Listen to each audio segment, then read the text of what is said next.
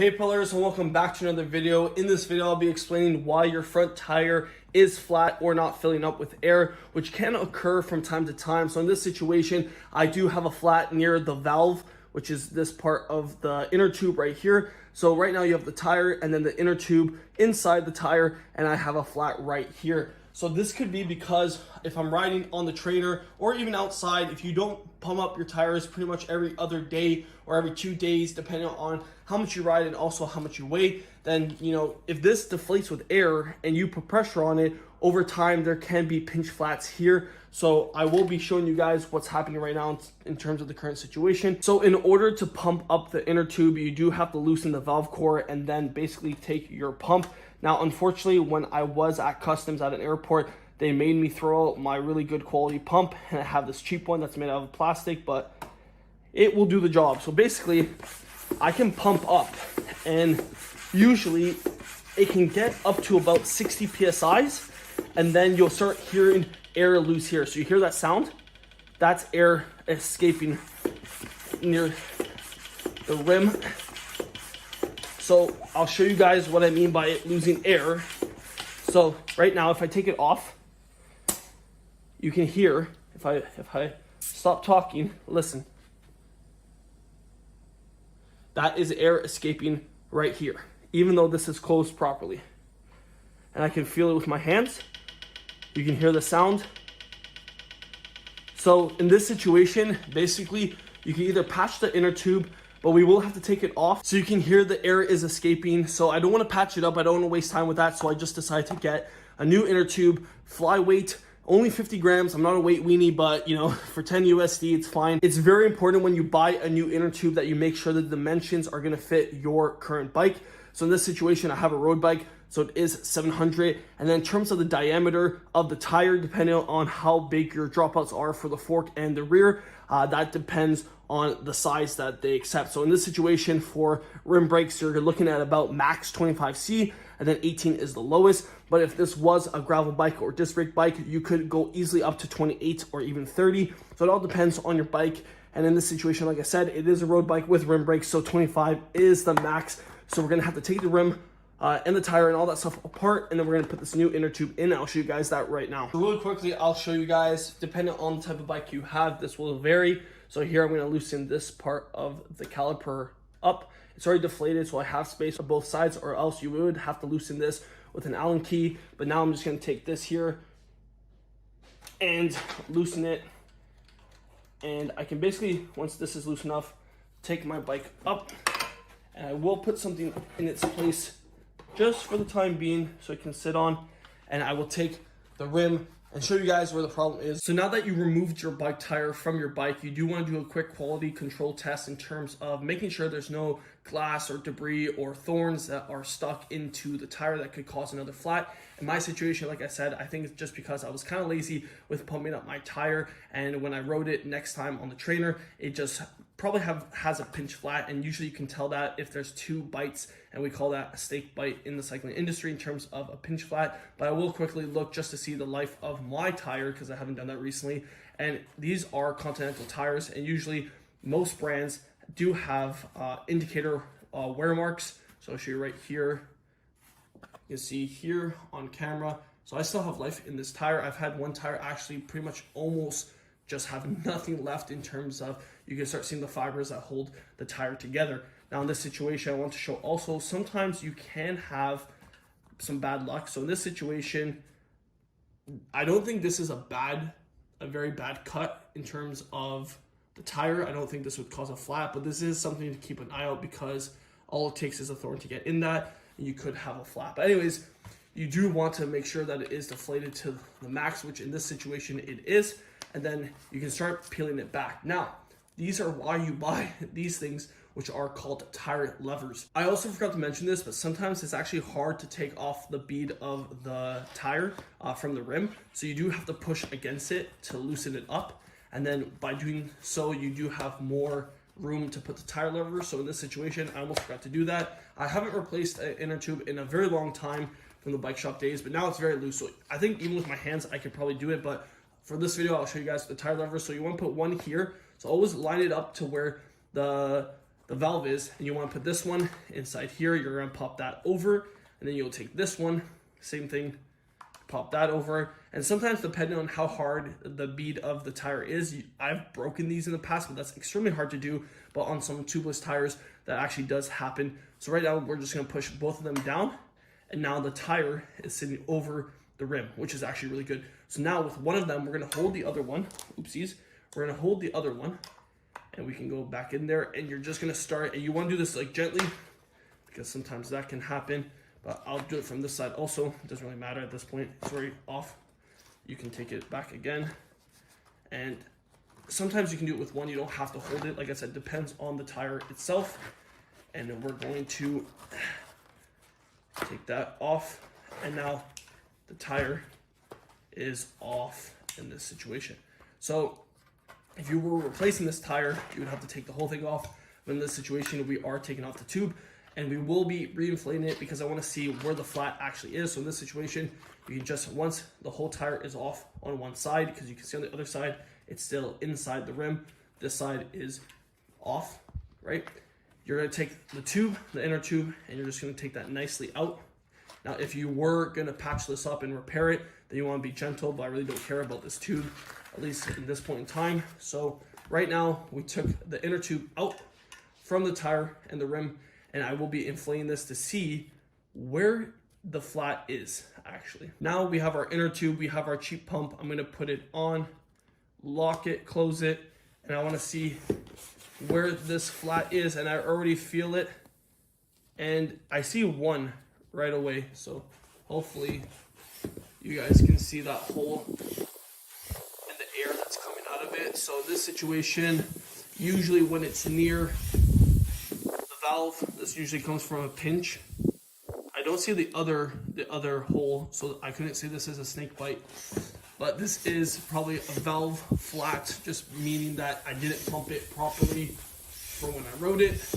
So I will be replacing this, but I could easily patch that, so you never know. It's always good to have extra tubes laying around if you are going to repair them in the future. Now we're going to be taking our new inner tube, take it out of its box. It usually has a nice rubber band that I will, oh, this one does not. It has tape.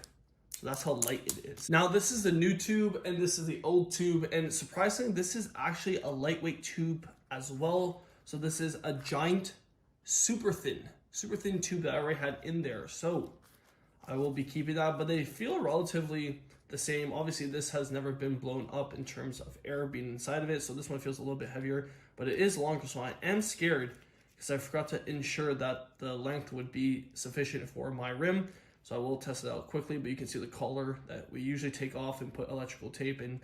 This is a very bad cap nipple.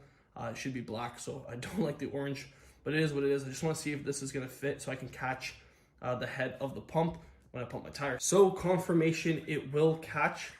At least I hope it does, but it should be enough. This should be a good length even before I pump it or install it fully. Let's see, it should catch, which it does. Just be cautious when you actually buy new tubes that you are ensuring the length of the valve is sufficient that you can catch it with your pump. So obviously, usually with aluminum rims, you're not gonna have that problem, but especially with carbon deep dish rims, you will have that problem. So I will slightly pump this up and show you how I put it in. Now, in order to pump up your tube, you should loosen it and we'll extend it all out. And you just want to do a little bit of a pump, nothing too dramatic. This has to fit into the inner rib.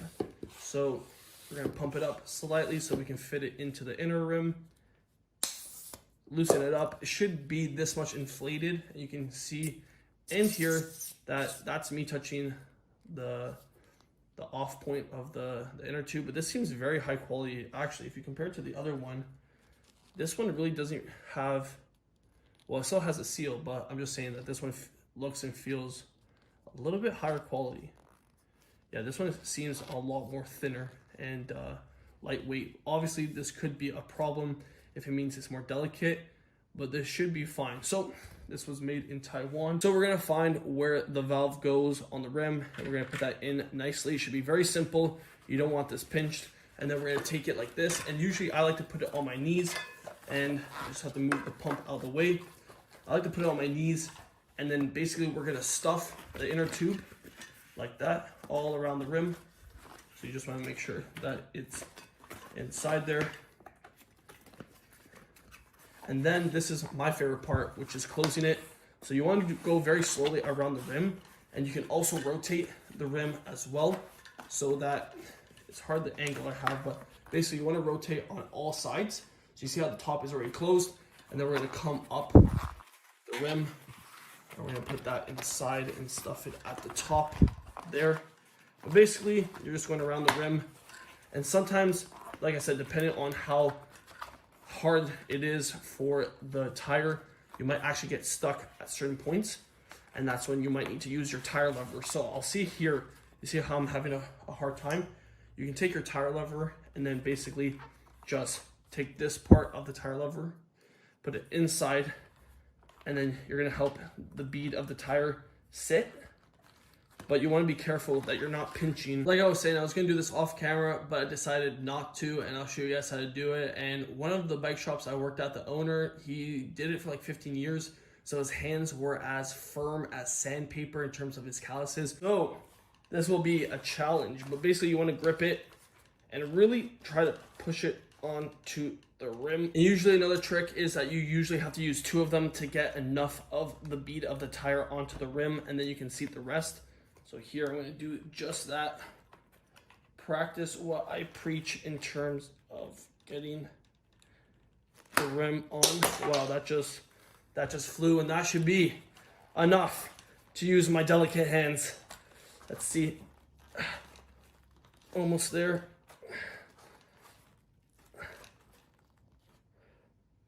My hands, they're messed. That we should be on. Oh my god, that sound is the best. Now, a lot of amateurs will have their inner tube, their new one, in like this, and they're gonna think, oh my god, I can pump it up so easy. No, no, no, no. You want to take your time, because you got to verify that the tube is not pinching in between the bead and the rim. So right now, basically a wellness check. You just want to see that there's no tube that you can see inside. I did that once when I was trying to fix a tube really fast in front of a customer when I was working at the bike shop, and I blew it up right in front of his face. And the shock that was on his face was something I'll never forget. Total accident. I obviously didn't mean to do it, but yeah, that was messed up. Yeah, so I like to check both sides. Just make sure that the tube is in the side and not pinched. And then you want to put a little bit of air, and then you want to see how it sits in terms of it being on the rim, and then you're basically ready to go. So we're gonna do that right now. Take our pump. We do get to seat it, and then my hands are like messed up right now, so I won't complain. But this is not easy work. So now I'm gonna pump up the air, and I have enough air now that I can verify that the tube is seated properly, quickly on both sides. Like I said, this might seem like overkill, but this is the best way that you don't waste money on popping a tube, because like I said, it's happened to me, and it can really mess up your hearing if you're on the receiving end. So anyways, everything seems fine. I'm just gonna pump it up. That is just the inner tube and the bead of the tire seating together in terms of the bead actually pushing out on the rim of the tire. That's the tire. And then we should be fine. This is a great upper body workout for us cyclists. So right now it's pumped to 100 PSIs, and I can just take this off. And just like that, we have a brand new inner tube. Now, traditionally, you would put this collar on, which is right here. I'm gonna do it for the sake of the video.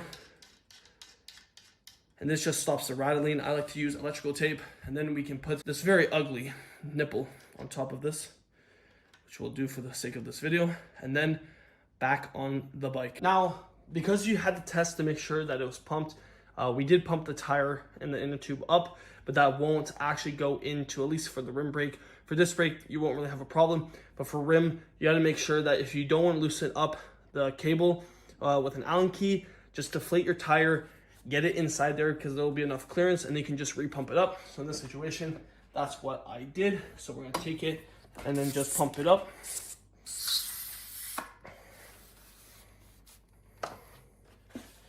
And another great fast workout.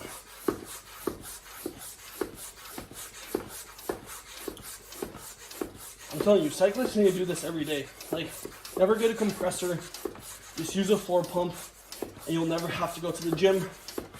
So that's some great advice, I think. Now, almost done. 100 psi, and like that, we can take this off, or close it, take it off, and like that, we have. If I show you, I'm not putting this on. I'm not putting this on, and just like that, we can test it. Oh, we gotta lock it. I almost forgot. Lock this right now. Too tight. Lock it. Readjust the brake calipers. It's all good. And it will be ready to ride another day. And just like that, we did replace the inner tube. So if you did have a problem of having a flat tire, then I hope this video served you well in terms of figuring out how to replace it and get back on the bike and get pedaling once again. So if you guys did enjoy this video, smash a like, subscribe to the channel, and until the next one, keep on pedaling.